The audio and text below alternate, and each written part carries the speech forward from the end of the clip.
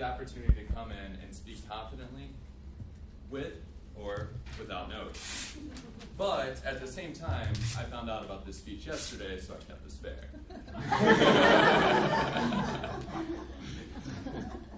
What is the benefit of Toastmasters? Well, I'll tell you. Toastmasters, it's FAT.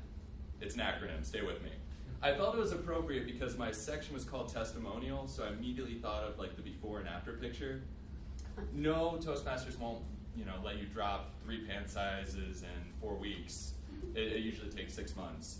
But I will say, in Toastmasters, by being fat, friendly, attentive, and thought-provoking, it really does help you out with your own personal style. And so now let's dive into the fat of Toastmasters. First of all, Toastmasters provides a friendly environment. Even though some of us try to be tougher, Dave, I know you have that skull tattoo, it's not really working. It's a very welcoming environment. Everyone here is here to benefit themselves. And it's something, and others, not just themselves. That made us sound very selfish. But it's something where everybody is a smiling face, and everybody is up here trying to benefit you. And actually, even on most of our security badges, it says we create happiness, laughter, and love. You pretty much have to live by that anyway, so you got to bring it in here too. It's AG Toastmasters Club. So we all are in here to benefit ourselves. And that brings me to the second point, attentive. People will note, whoever counter or grammarian counter is today, will note that I used so already as a filler word and a transitional word, and I've used a couple other things that I definitely shouldn't have. But that's the great thing. We're all here to benefit ourselves. And so when I come up here, I don't want you to just say, hey, you're doing a great job, keep it up. I want someone to count my ahs, my filler words, my poor use of grammar. Tell me that I'm doing this motion too much, because I do sometimes. I'm very flaily, but it keeps you engaged.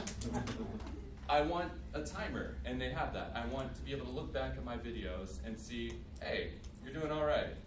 But to basically be able to critique what I'm doing right, what I'm doing wrong, and my improvement. And I really do feel like this provides a very good environment for it.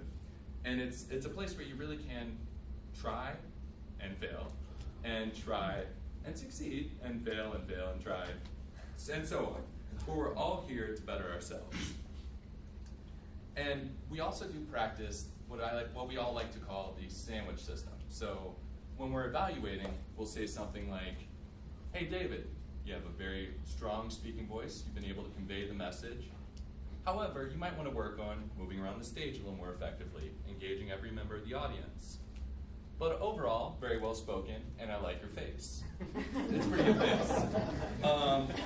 You kind of put your own flair on it, that's mine.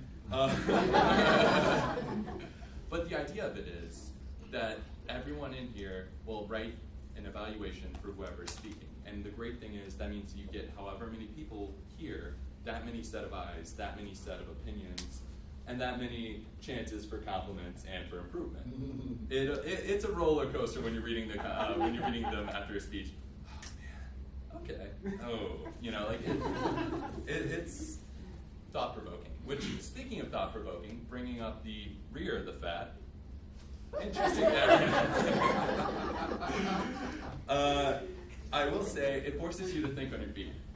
And so, with our section of table topics, for example, which table topics, if whoever hasn't been to a meeting before, it's where the table topics master will come up here, will have little slips of paper, which this is my speech, and they will have random people's names who have attended the meeting, and they'll call on them right after reading a prompt that they've written about the day.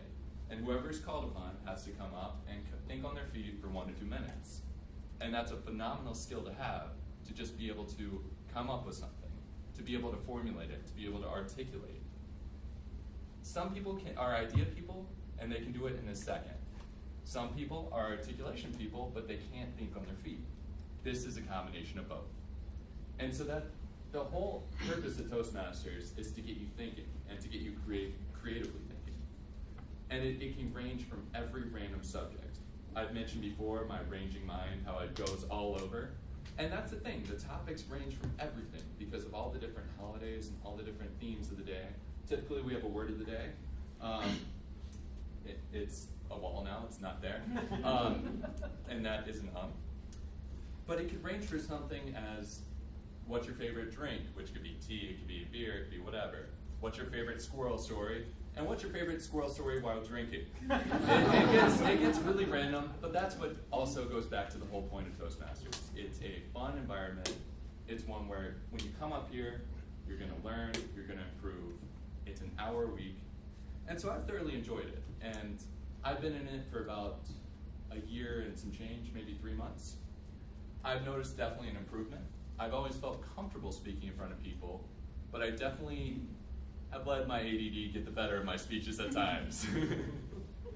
But really, if you just focus on the fact that it's friendly, attentive, and thought-provoking, and a great way to improve yourself and expand on your horizons, it really is something that you don't want to lose.